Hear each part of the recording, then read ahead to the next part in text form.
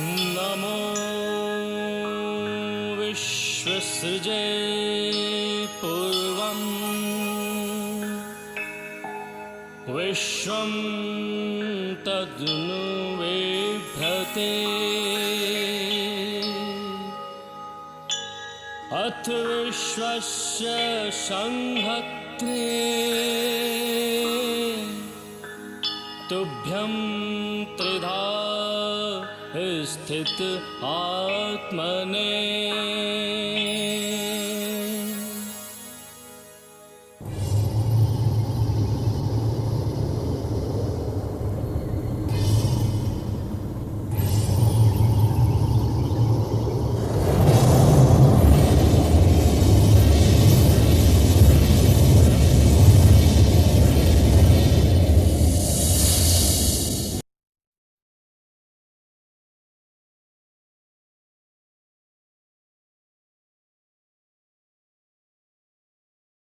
शिव चर्चा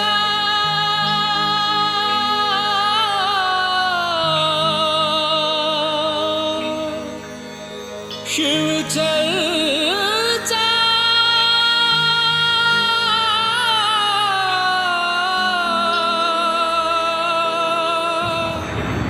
शिव चर्चा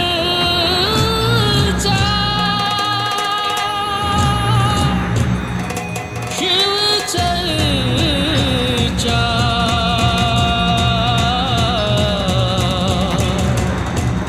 शिव चर्चा।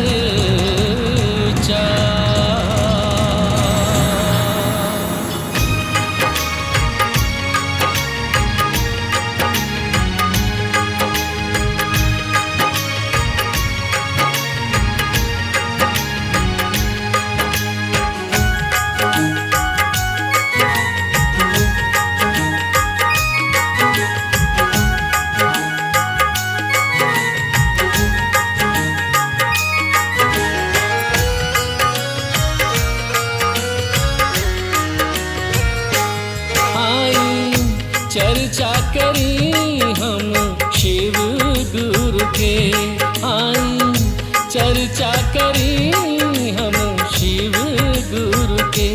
शिव जी हमें गुरु हो शिव जी हमें गुरु सब से शुरू के आई चर्चा करी हम शिव गुरु के आई चर्चा करी हम शिव गुरु के।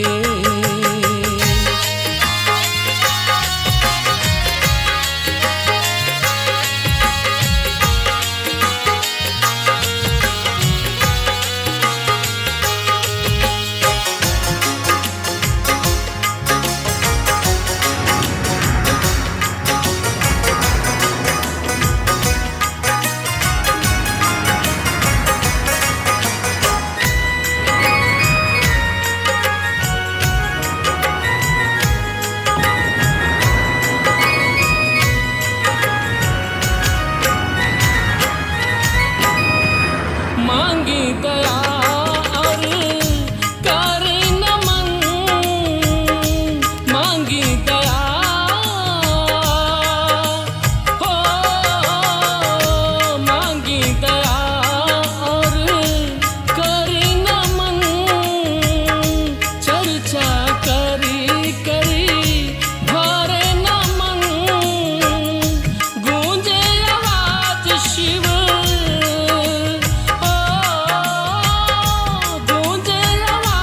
शिव डमरू के आई चर्चा करी हम शिव गुरु के आई चर्चा करी हम शिव गुरु के। शिव जी हमें गुरु सब से शुरू के आई चर्चा करी हम शिव गुरु के आई चर्चा करी हम शिव गुरु के। नमः शिवाय नमः शिवाय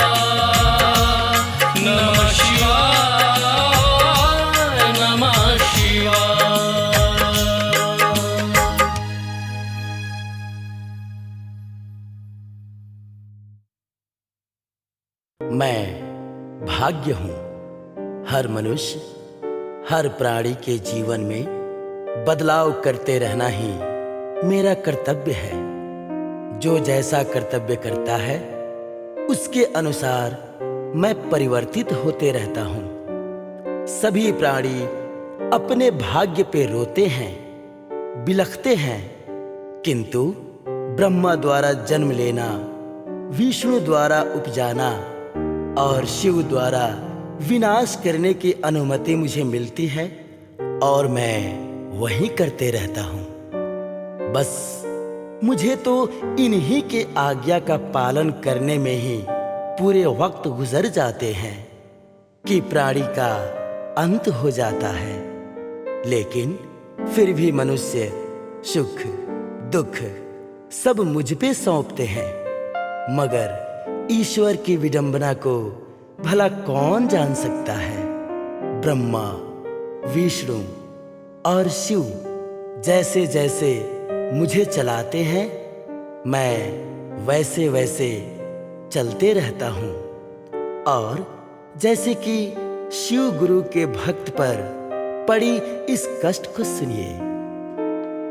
प्राकृतिक के खूबसूरत वादियों के बीच बसा भारत देश के बिहार राज्य के पश्चिमी चंपारण जिले के पावन भूमि पर बसी ये छोटी सी रानी पकड़ी गांव, जहां का वातावरण काफी खूबसूरत और मनोहर है।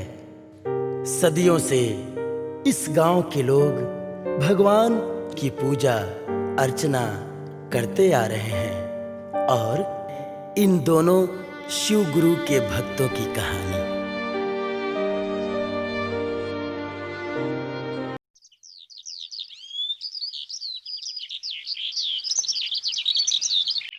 ये है रानी पकड़ी गांव और ये है इस गांव का प्राचीन शिव मंदिर।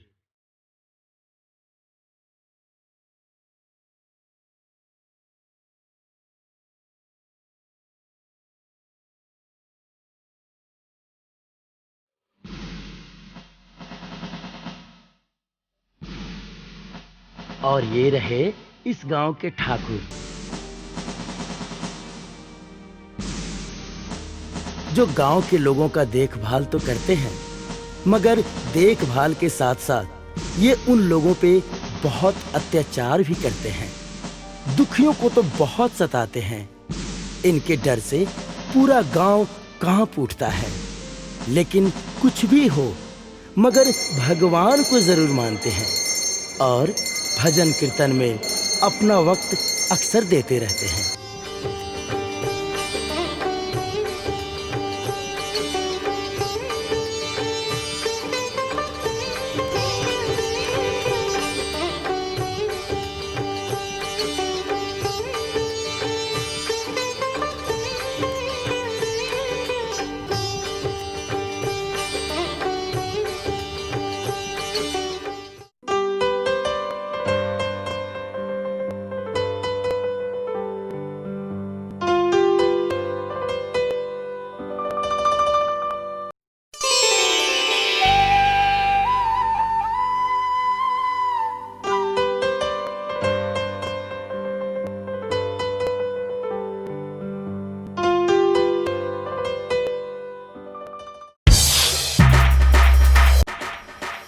हे भगवान, ये हमरा का हो गई?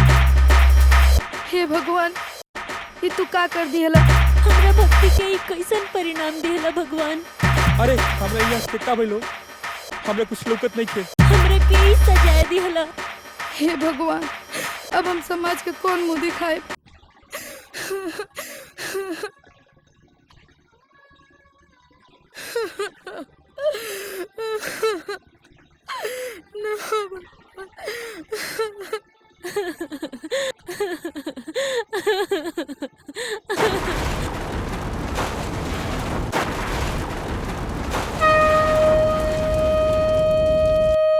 परम भक्त घबरा लोगिन मत।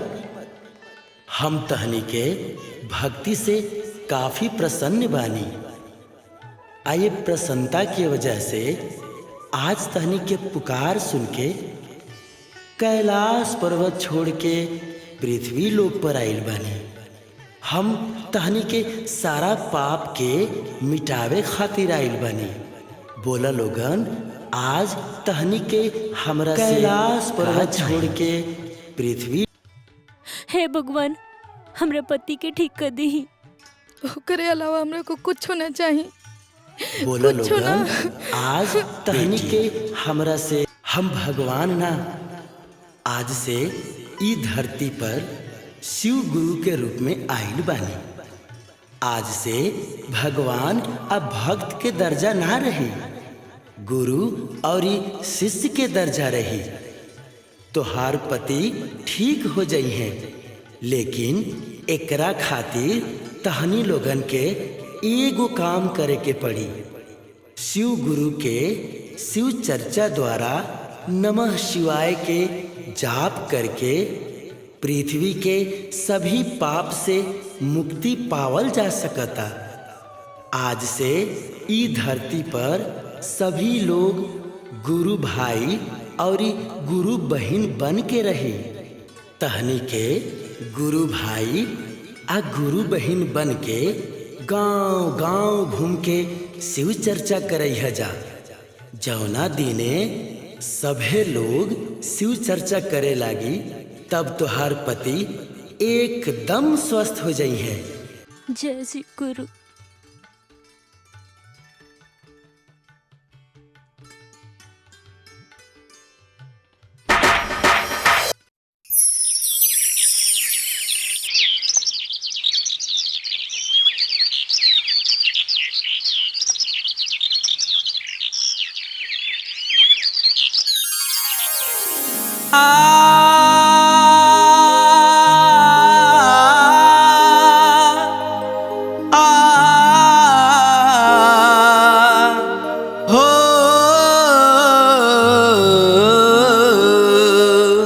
भोले बाबा के दर पे जे भी जाला, बिना मंगले झोली भर जाला। भोला बाबा के कृपा भगतन पर, ओकरा भगिया के ताला खुल जाला।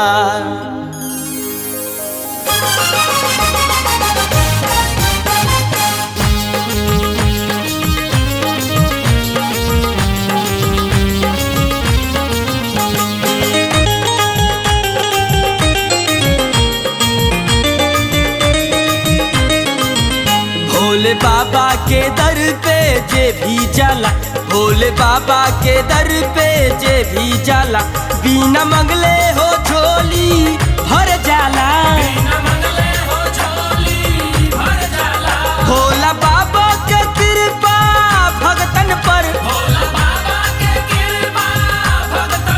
ओकरा किस्मत के ताला, ओकरा भगिया के ताला, होकरा तकदीर के ताला। भोले बाबा के दर पे जे भी जाला।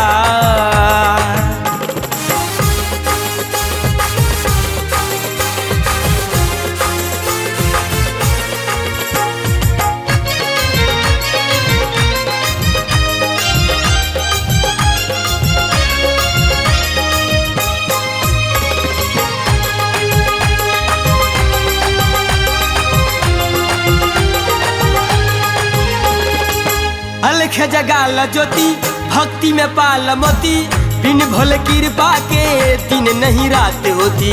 बिन भोले कृपा के दिन नहीं रात होती। अलख जगाल ज्योति भक्ति में पाल मोती, बिन भोले कृपा के दिन नहीं रात होती।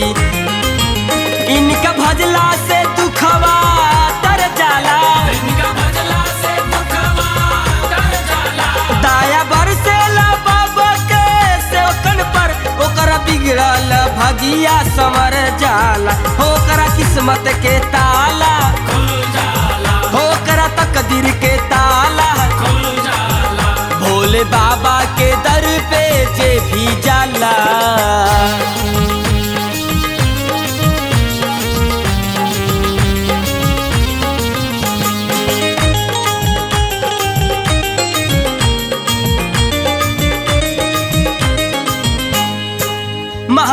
जैसन ना कोई जगदानी बा, गजबे अजूबा नाथ राउर कहानी बा।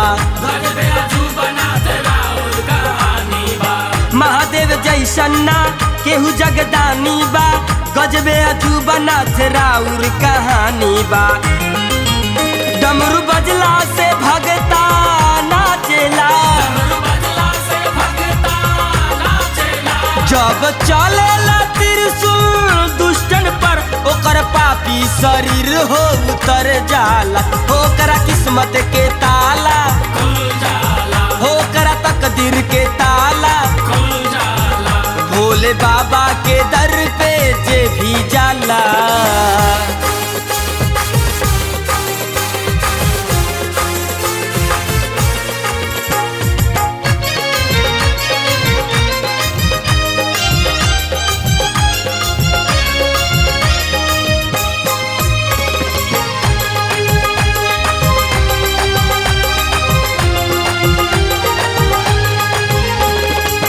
दुखिया के सुख मिले, मनवा में फूल खिले, पतझड़ जिंदगी में चारू धाम मिले। पतझड़ जिंदगी में चारू धाम मिले। दुखिया के सुख मिले, मनवा में फूल खिले, पतझड़ जिंदगी में चारू धाम मिले। जे भी आवेला रोवत दर पे हो, आशीष मांगेला सिर हो झुकाई के, ओकर दिलवा के सरधा पुर जाला। ओकर मनवा के ताला ओकर तकदीर के ताला, भोले बाबा के दर पे जे भी जाला। भोले बाबा के दर पे जे भी जाला, बिना मंगले हो झोली भर जाला। भोला बाबा के कृपा भगतन पर, भोला बाबा के कृपा भगतन पर, ओकर किस्मत के ताला खुल जाला, ओकर तकदीर के ताला खुल जाला, ओकर भगिया के ताला खुल जाला।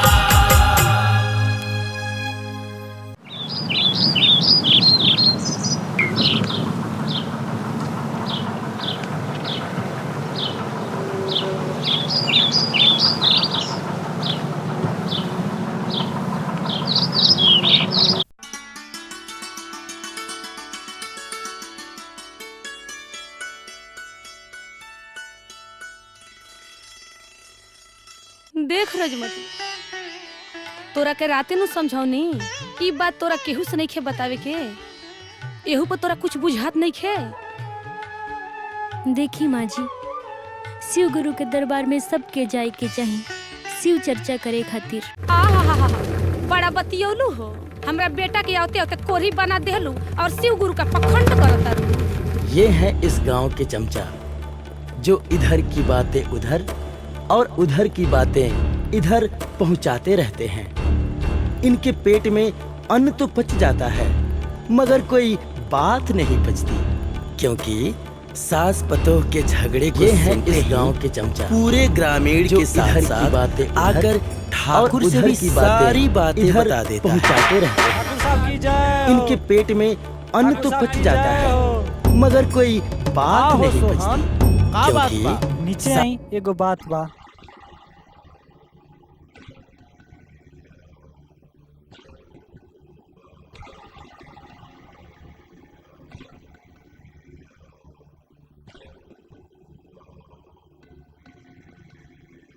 का बात बा? ठाकुर साहब रामसूरता कोढ़ी हो गई बा। सही बात बा बछरुआ। जी ठाकुर साहब। जो जाके उस सास पतोह के बुला के ले आ। ठीक बा, हम अभी जात हैं, तो ही जमा के।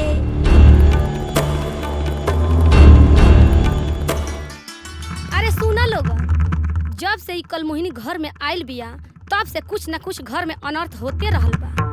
भतार के तो दोनों आँख से अंधा बनाइए देहला, अब न जाने केकरा के खाई चबाई। हम तो कहत तनी आजे बंटवारा हो जा, अब हमरा से अपना बोझ ना ढोवाई, के बैठा के खियाइए लेके। अब हमरो दिमाग